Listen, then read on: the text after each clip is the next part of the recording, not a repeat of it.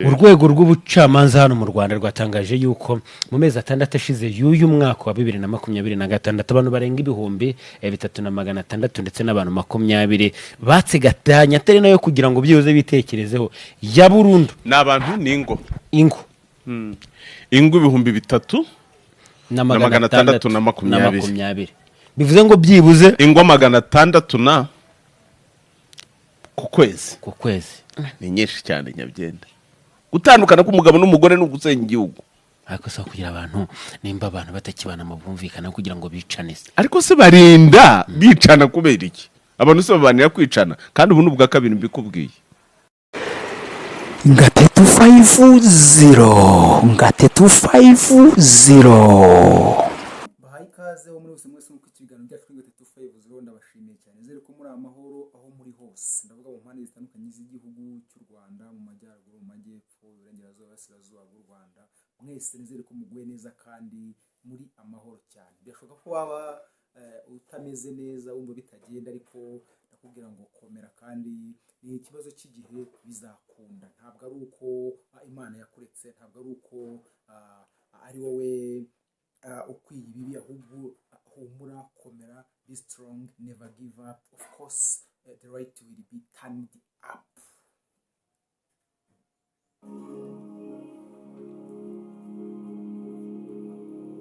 anizere ko kandi hehe n'icyuma muri kumva muri kugubwa neza munywa amazi muri y'imbuto ubundi mukora siporo ibintu bigenda neza cyane ubundi mutegura abana mubango gahunda ya ishuri yageze ubundi bitegura bigenda bashyira ibintu ku murongo neza cyane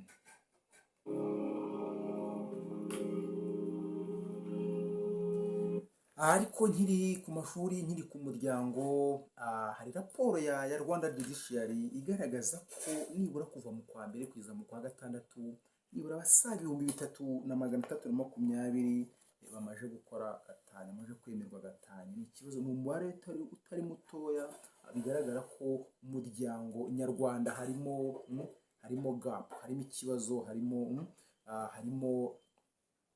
ikintu gikomeye cyane ni umubare utari mutoya ariko ukurikije uburyo ibintu biba bimeze uburyo umuryango wubakitse biragaragara ko nyine hakirimo akazi kenshi ariko ni ugukomeza nyine tugatwaza tukomeza tugahugurana tukigishanya tukagirana inama kugira ngo tuzagire umuryango muzima kandi ukomeye kandi ufite icyerekezo kuko narababwiye ngo buriya umuryango nawo ni urufatiro rw'iterambere ry'igihugu iyo umuryango wubakitse iyo umuryango utekanye iyo umuryango nta ntugunda iyo umuryango nta kibazo kirimo usanga abantu bakora kandi iyo bakoze buriya bateza igihugu imbere ariko iyo harimo amakimbirane harimo kutumvikana bya hato na hato harimo akavuyo n'akajagari bituma n'igihugu gitera inyuma ntabwo gitera imbere kubera ko ntabwo abantu baba bakora umuntu iyo afite amakimbirane umuntu iyo adatuje muri we umuntu iyo adatuje mu mutwe ntabwo abasha gutanga umusaruro ku murimo bityo ugasanga iterambere ry'igihugu ririmo kugenda rizahara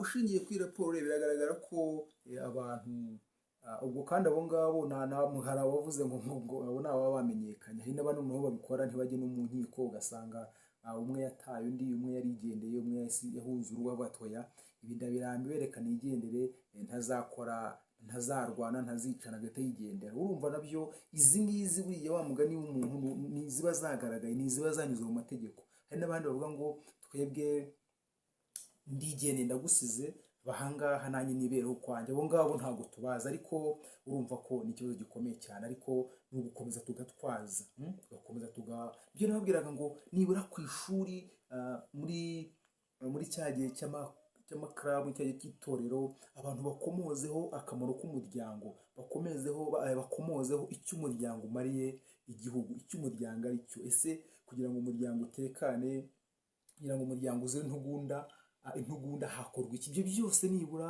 kubera ko nabwiye ngo umwana amara igihe kinini ku ishuri nibura bijye biganirwaho kugira ngo umwana agire ubumenyi buzamufasha kujya nawe kuzabaho mu muryango kandi akagira icyo yamarira sosiyete rega buriya umwana iyo amaze kugera mu myaka yo hejuru ukwiye kumugira inama ukamubwira ngo ubuzima bugenze gutya nawe hari uruhare wagira mu iterambere ry'igihugu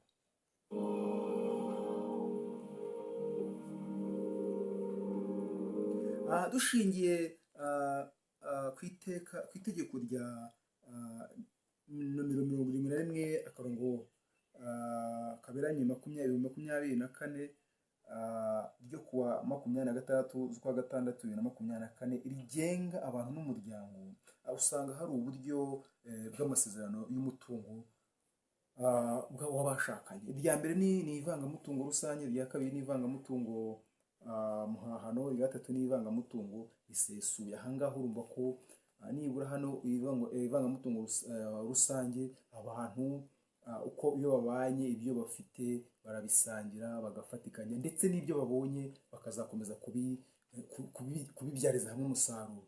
Noneho ku ivangamutungo muhahano, umuntu utwo yazanye tuba tugaragara, noneho utwo babonye nyuma umuntu nawe akakomeza kwirwariza. Urumva ikindi ni ivangamutungo risesuye, buri wese agumana ibyo agumana uburenganzira ku mutungo we, ubwo buri wese aba afite ibye, mbese ntawirirwa abaza undi iby'umutungo. Ahangaha rero si ibyo gusa, reka twirebere wenda ku mibanire. Iyo abantu basa nk'aho batandukanye, ni izihe ngaruka bigira ku bana, abana bibagiraho izihe ngaruka mu mibereho ya buri munsi, by'umwihariko iyo bari ku ishuri bigenda bite?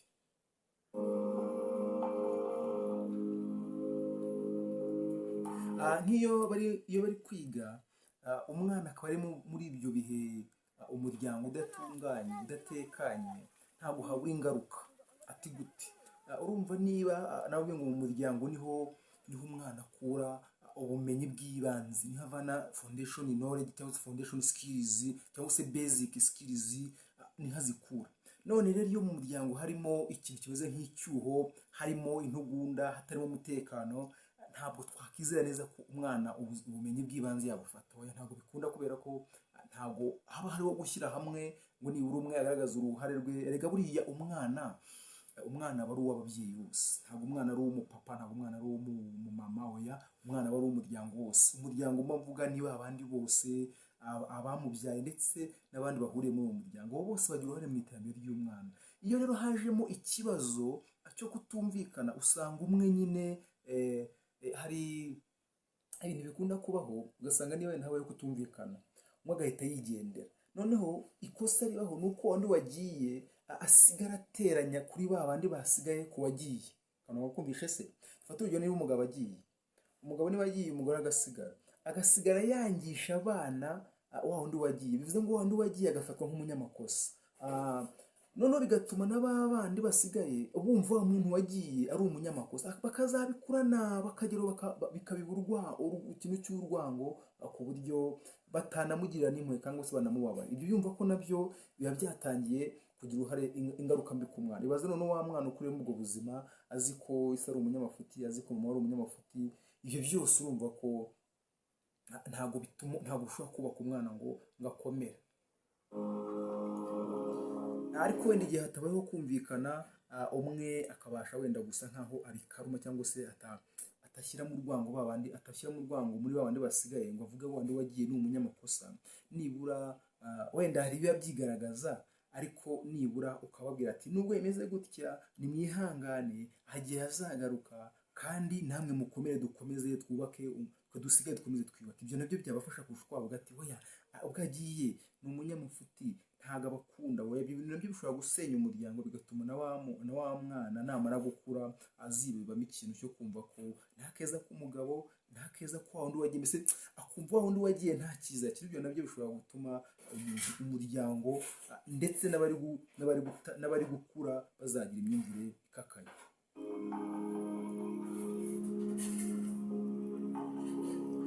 Zimwe mu ngaruka rero zishobora gutuma ashobora kugera ku mwana iyo habayeho nko gutandukana gutyo. Umwana iyo ari ku ishuri ntigirire icyizere, ahora yumva muri we nta confidence afite, yumva nyine asa nkaho nyine atanezera, kumva ntashaka kwiga.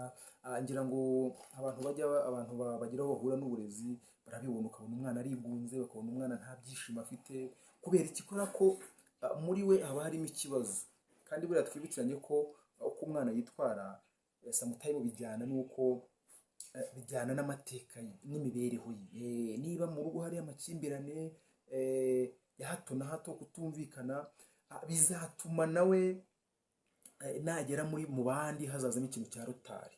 Noneho tugize tuganira abwira ngo reka noneho azagira iyo rotari nagera no ku ishuri ahureyo abure noneho umwitaho bizahurira noneho bitume noneho abura icyizere burundu, ibyo byatuma nanarivamo.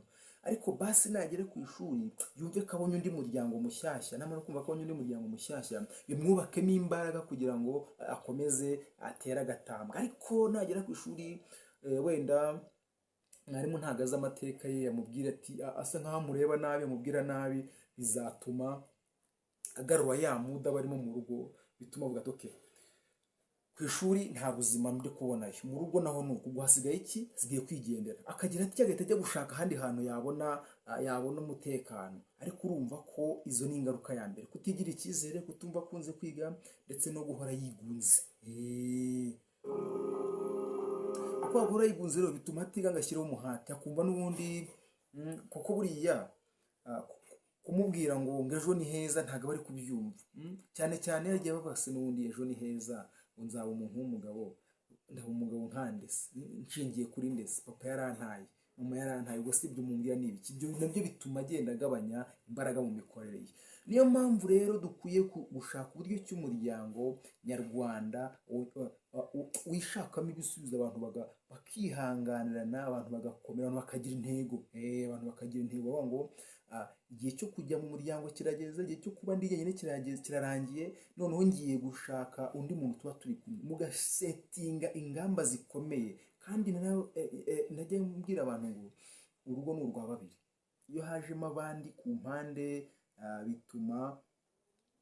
bituma hazamo nyine ikintu cyo kutizerana, cyo kumva harimo, iyo rubaye urwa babiri mukanyurwa n'ibihari, mugashyigikirana, mukabanza mukibuka n'amateka yanyu yabaranze. Buriya kimwe mu bintu gituma abantu batumvikana no kutamenya amateka yabo. Umuntu mu kubyuka kwe ni ubuzima yabayemo urabuzi, iyo umaze kubumenya bituma uzamenya aho uhera umubana. Hari igihe aba yenda tuva kwigenda yarahuye n'ikibazo wenda cyo kubura ibintu umuryango akiri muto n'urugero, noneho ibyo birasaba ko nimujya kubana uzamubera byose, uzamubera umubyeyi, uzamubera umugabo, uzamubera umuvandimwe, byose ukamenya ko bizaba biri ku mutwe wawe. none wowe ibyo ntushaka kubyitaho, ushaka ko biba nyine nkaho nta cyabaye. Banza umenye uburyo umuntu yazamutse mu mibereho ye, umenye rotari yaba yaragize, noneho muhuze, mumenyane, musharinga ibitekerezo, umenye ngo uyu nguyu akeneye iki, ni ikihe, ni iyihe rotari yagize, nakora iki, mukagenda mushyigikirana.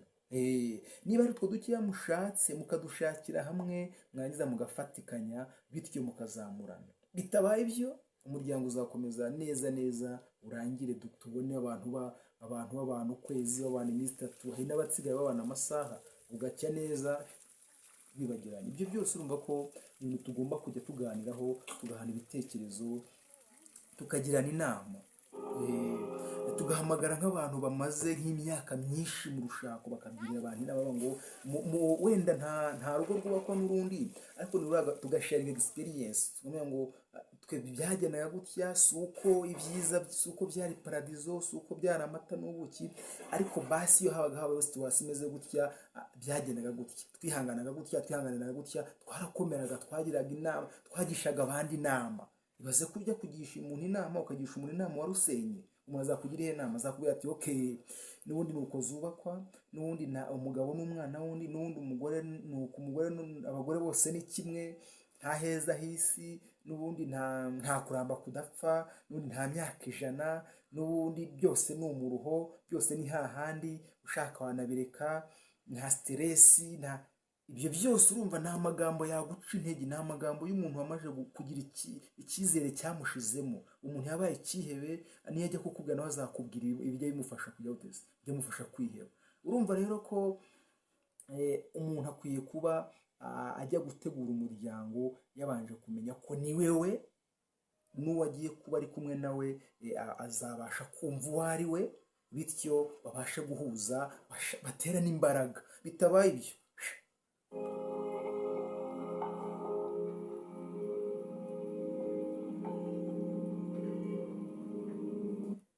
akandi kantu gashobora gusenya umuryango byihuse ni ibintu by'ibigare, ibintu by'ibigare mu buryo bwose. Umugabo ashobora kujya mu bigare, umugore ashobora kujya mu bigare. Ibyo bigare ni ukuvuga ngo ni ibikwibagiza inshingano, bituma utaba responsable w'urugo, ukajyaho ugasetinga ibintu by'amahame ntakuka. Ntabwo nzigera ngera mu rugo kare, ntabwo nzigera nkora amasuku mu rugo, ntabwo nzigera ndyama saa mbiri, ntabwo nzigera nywa amazi, ntabwo nzigera nkora ibi n'ibi, ntabwo nzigera bugoroba nkiri mu rugo, oya, ntabwo nzigera nicara iruhande, ntabwo nzigera nicara mu rugo mbere ya saa yine, ntabwo nzigera. Ibyo byose umaze kubisetinga biba birimo kukwibagiza kuzabona umwanya wo kuzaganira na wa muntu wawe, muganire ku mateka, binakurinda kwibuka ya mateka ya wa muntu mubana. None se ukuntu umara kwibagirwa amateka ya wa muntu mubana ngo umenye ngo ahangaha hari notari yagize, nanjye hari notari nagize, dukwiye gufatikanya, bizagenda bite? Ni ikibazo. Ariko abantu bahuje bakigishanya, icyo udashoboye mukagihugurana, mukakigira hamwe, ibintu byose birashoboka. Ntabwo abantu baba bazi ibintu bitandukanye, ariko mwazamurana. Ibintu by'amahame rero no kujya mu bigare ni bimwe mu bisenya umuryango.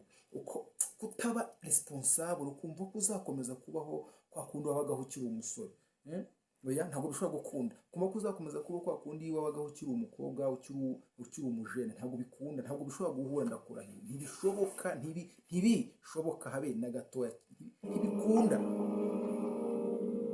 Icya mbere rero tugana ku musozi, icya mbere ni ukumvana no kubahana ndetse no kujya inama.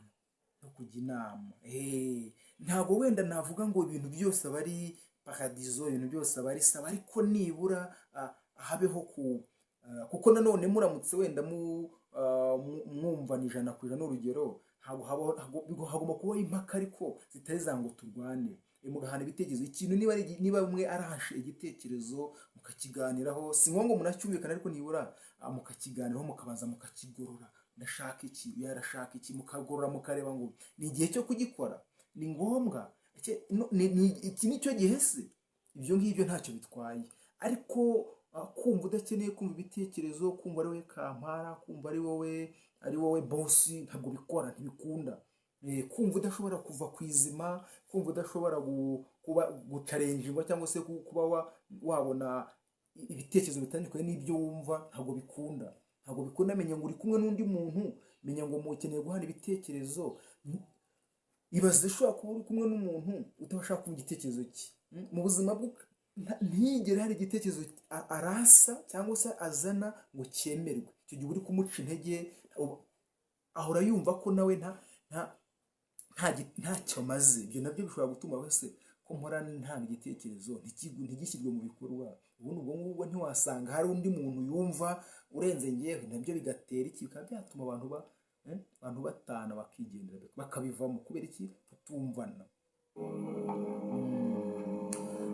Twibuke rero ko umuryango ari ushingiro rya byose, tutitaye kuri aya masezerano agirwa ngo vangamutungo, ngo musese, ngo muhahano, ngo rusange. Ibyo ngibyo nyine ni okay, ibyo amategeko yarabigena nyine kugira ngo abantu babashe kugira icyo bahitamo, ariko nta n'uwo nabwira ngo nahitemo iri ngiri, ahubwo ibyo wahitamo byose menya ngo wowe ugamije iki. Icyo wiyemeje uzagisohoza. Icyo wiyemeje uzagisohoza. Umuryango ugiye kubaka, are you ready? Uriteguye? Nta bintu by'imikino. None se umuntu mugiye kuba muri kumwe, uzemera challenge, uzemera ko cyangwa uzagenda usetinga amahame. Yega amahame ntiyabura, ariko noneho wisetinga amahame ntakuka, kubera ko uri kumwe n'umuntu nawe ufite amahame. Ahubwo igisabwa ni ukumvana, mukagirana inama. Munyemere bashimire, kandi mukomeze mugubwe neza, kandi mukomeze mugire umuryango wumvana, umuryango utembeye, kuko umuryango utekanye niwo shingiro rya byose. Umuryango urimo amahoro, umuryango urimo ituze, umuryango utarimo intonganya, niwo muryango ushobora gukora ugateza igihugu imbere. Ni gute wa mugani wa Paul Kagame, abantu babiri bakwiye kuba bicaramo baravuga ngo ariko wavuye iwanyu nanjye mvi iwacu, turaje tuje iwacu hanjye nawe, noneho tubashe kujya tubashe gukora ibintu byacu. Wavuye iwanyu nanjye mvi iwacu, reka tuze iwacu dukore ibintu byacu. Ibyo mwakoraga kera si byo mukwiye kuba mukora, ahubwo mukwiye guhuza mugafominga ibyanyu, mukamenya ko habonetse umuryango, mukamenya ko ibyo mugiye gukora bizagira ingaruka ku muryango wanyu. Niba habonetse umwana, uwo mwana akeneye kuzabona role model, ni wowe papa, ni wowe mama, nta wundi. Wikibeshya ngo hari undi muntu uzita ku muryango wawe, ntawe. Niyo ngo buriya itegeko nshinga rivuga ko umwana akwiye kwitabwaho n'abamubyaye, abandi bose baza kubw'amasezerano cyangwa se kubw'ibiganiro, reka mbyite gutyo. Niba udatanze uburere bunoze ku mwana, ku muryango wawe, abandi bazabikora ariko kubw'impamvu runaka, ariko ku ikubitiro ni wowe, abandi baza hanyuma. Rero mwirinde ibigare, mujye inama, kandi mwirinde ibiyobyabwenge, mwirinde uburara, ubundi twubake umuryango nyawo kandi umuryango utekanye, bityo kugira ngo twubake u Rwanda twifuza ruzira amakimbirane, ruzira amatiku, bityo bizatuma n'abana bacu bagira uburere bunoze, kandi uburere bunoze nibwo busunikira umwana mu burezi bunoze.